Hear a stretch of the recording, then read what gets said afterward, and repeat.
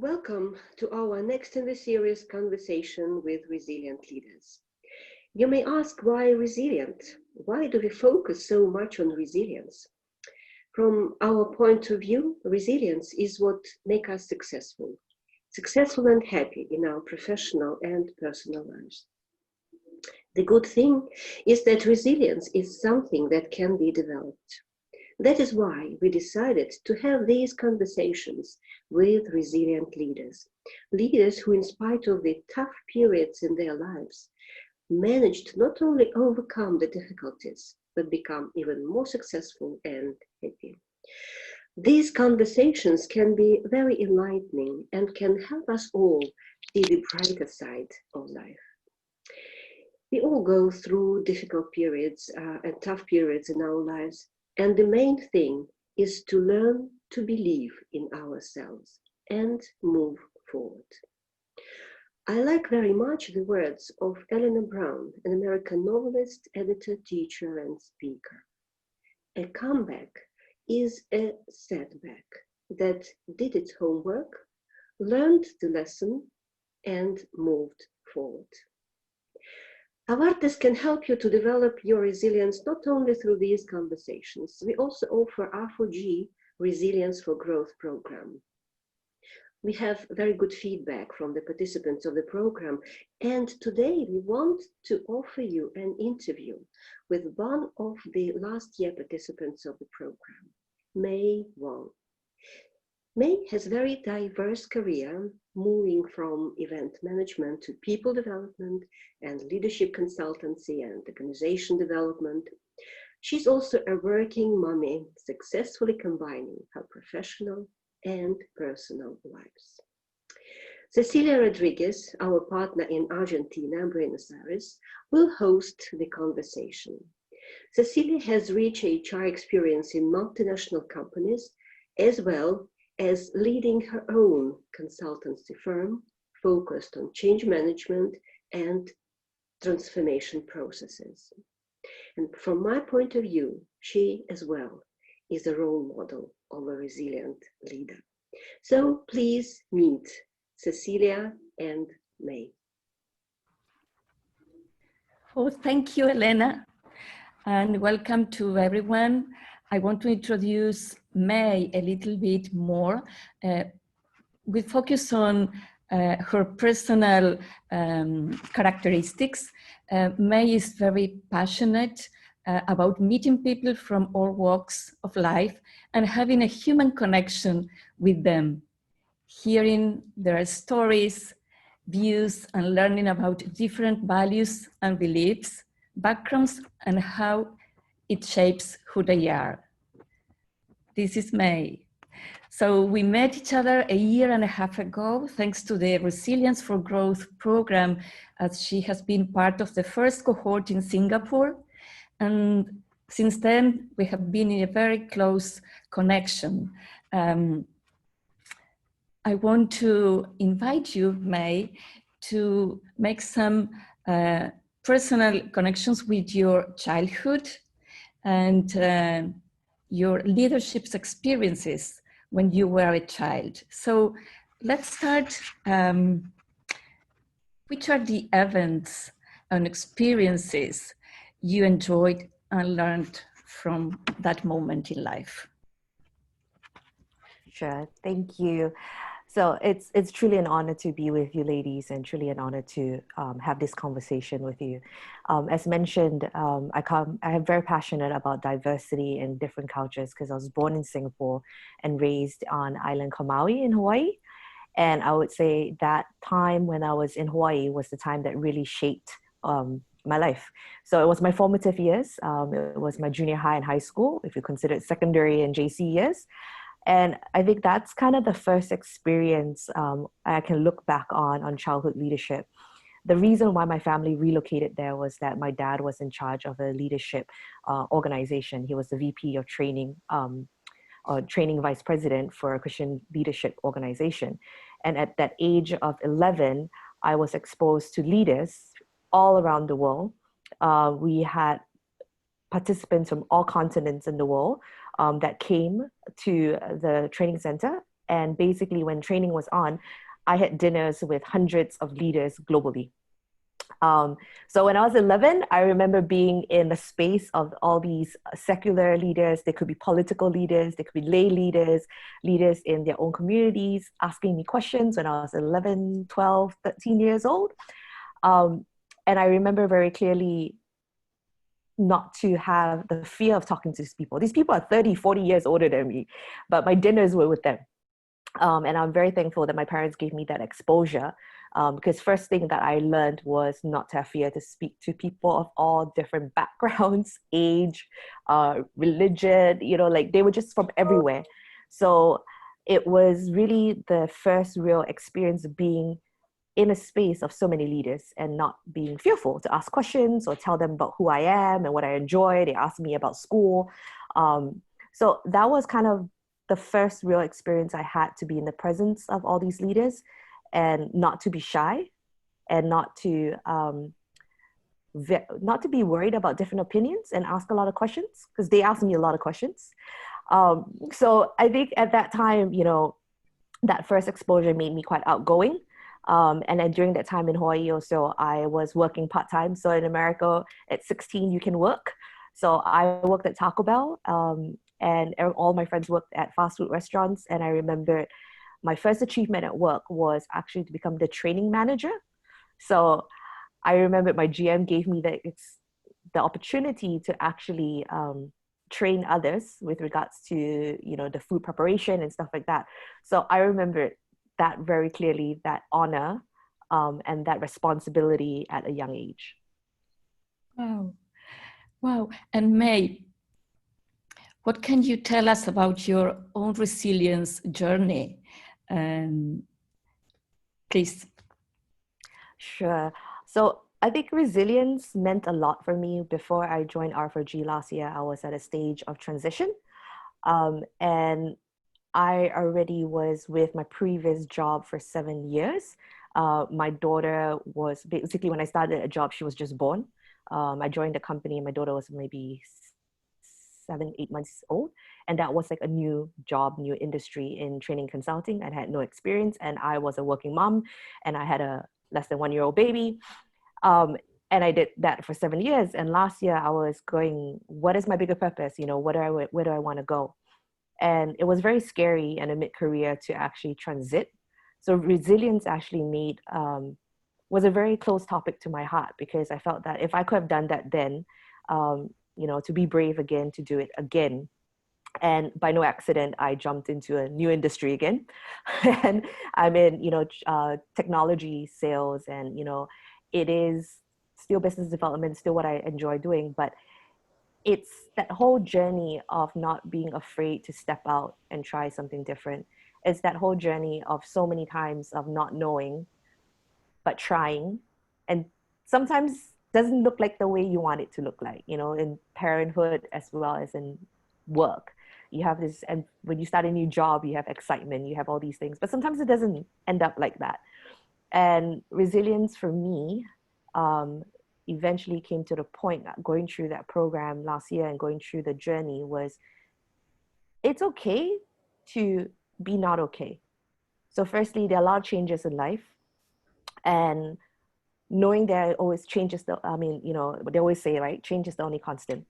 And knowing that changes, we still need to take care of ourselves. And taking care of ourselves is mind, body, and soul, right? So it's also professional and personal. So it's okay to be down. It's okay to feel frustrated. It's okay to not know everything. I spent a lot of times beating myself up because I felt like I should have known better. When you change jobs or you get older and you become a parent, you always feel like I should have known better. But be okay with not being okay. And eventually, when you experience that emotions, you experience that feelings, and you experience what lesson you need to learn, then the change curve happens, or the transition curve happens, and then it's back to joy, it's back to excitement, it's back to, oh, I learned something. And then guess what, it goes again. So, like not have that expectations of like, it's always going to be great, but it's a roller coaster of life, and enjoy the journey. Yeah, and May, I know how close to you are with your daughter, and your questions about her education, your questions about your time with her. So is there any discovery you made based on this resilience journey? And is there any conversation you had or you are having with her? Yeah, so definitely, I mean, we are in unprecedented time due to COVID-19 right now, and that is a recent experience whereby I'm used to working from home, but I'm not used to working from home and having her having home-based learning and tapping on technology. And like I mentioned, you know, for me, with all the drastic changes at home and at work with COVID, um, I was not okay for a period of time. You know, in the first few weeks, I was running like a headless chicken, trying to organize everything, trying to make sure her technology worked for school, trying to make sure I got all my meetings, still delivering 100% like I would have been in the office. And I hit a quite a low period of time of just exhaustion. Um, and I realized that I needed time to be not okay. And it was really hard because she's at home and she can see me and she knows, she comes up to me, she's like, Mommy, don't be so stressed. You know, she wrote little notes for me and leave little snacks in the fridge for me because she could see me really stressed. And I realized how much that impacted her as well, because in her journey of home-based learning, she started watching YouTube videos and started having, you know, behavioral issues, and you know, she would say things and, you know, not finish things, and I trust her to finish her work, and then we check and it's not done. And I realized that it's also a reflection of the environment that I'm creating. So I realized that, you know, even though that's okay to be not okay, it's okay to have those hard conversations and share that with her and say, Mommy's not okay and I need a break. And it's okay, take the tablet, go in the room, go watch YouTube for a few hours, and then come back and let her know that I'm getting better and that she can do better. So she didn't finish her homework for 1 week of home-based learning when she went back to school. And she was frustrated and teachers was writing letters, teachers called me, and we basically had to sit down and make a plan. So you didn't finish your homework. Now, what is the plan? Write it all down. Let's get through it in 48 hours, you know, 2 days, we get to finish all your homework. And at the end of it, you know, she received a model student badge like right before COVID-19. And she was very proud of it because she was a model student. And her teacher asked her to return the model student badge when she got back because she didn't finish her homework. And she came up to me one morning before she left for school and said, Teacher wants the model student badge back. And I told her, it's okay, you know, let's pack it, put it in your bag. And I'm very proud of you that you got it done, you know, even though you didn't finish your homework during home-based learning, but you got it done in the last 48 hours. I'm very proud of you. I'm very proud of you that you made it better. And even though you have to return your model student badge, I still love you. And I'm very proud of what you have achieved. So that whole experience of being okay to share this, even though she's turning 8 this year, just being able to have that conversation with her and watching her grow, it's actually really surprising. She gives me a lot of strength. She gives me a lot of lessons learned as well. So, Wow. She's a small leader. yes. Oh, yes. And she's vocal. She is. Yes, she is. She's very vocal. May, you have changed the job at the beginning of this year, and I can imagine how difficult this is in this context, COVID-19, as you mentioned before. Tell me about your leadership influence on your peers, on your direct reports, working from home. I mean, it's interesting to understand, based on your insights and experience, how you're integrating this experience into your leadership moment now. Yeah, so I think one of the first things is about self-awareness, and I think that was the part, you know, I took away from the program about my leadership style. And I have a lot of empathy. Um, and I realized coming into this job, I think less than 3 months, we started working from home. So at least I was blessed because I got to see my colleagues. I have a good friend that started her job in the middle of COVID, and she only got her laptop and never met anybody. So I had 3 months to meet my colleagues, get to know my direct reports, get to know my bosses, get to know the new culture. And the next thing I knew, we were working from home, we were in split teams. And we had a structure of regular huddles, we had a structure of team meetings. But I don't think it's so much of the structure, I think it's about the conversations that you're having with these people. So firstly, we had colleagues in Australia that only dialed in once a week prior to COVID. And now we talk to them every day, you know, and they feel like they're so much more part of the team. It's about the empathy and connecting with people. We want to keep the structure going to make sure people get work done. But at the same time, like, how are you is such a common question, but to actually wait and hear the response. Because I think when we were all adjusting to change, everybody was like, how are you? How's your weekend? And nobody waits to hear the real response, you know, and you can still see people on video. They're like, yeah, they had a good weekend. And the eyes shift and, you know, and then you kind of just have to pause and just kind of go, so what did you do? You know, and that connection with the team was really good, because sometimes when we are in the office, you're running around, even though you have more physical time to be connected. Being virtual actually creates also a different aspect of human connection. But I think that's the part where I had to learn about empathy and really listening and really, you know, balancing between what we need to get done, the KPIs, the objectives, where do you want to, you know, where do we want to go, how are things changing in goals, given the current situation, when to push for the last quarter. I'm in business development, it's all about the numbers, and it's hard right now. It's really hard. Managing expectations, it's not easy, but I think with a lot of empathy, as well as listening and caring about people as an individual. Some of their home lives are not easy. Some of them live alone and are locked up in a rented room. Some of them have 3 generations in a house, and it's hard to have, you know, time. But I think that's the part where I would say it's been beautiful, because I got to know my colleagues. I get to see their house, you know, with all the videos. You get to see their lives, which is most very something some of them might not open to when you're in a face-to-face environment, or you don't have to connect with them in a virtual environment. So thank you. Thank you, May. Thank you for taking the time for sharing this with us.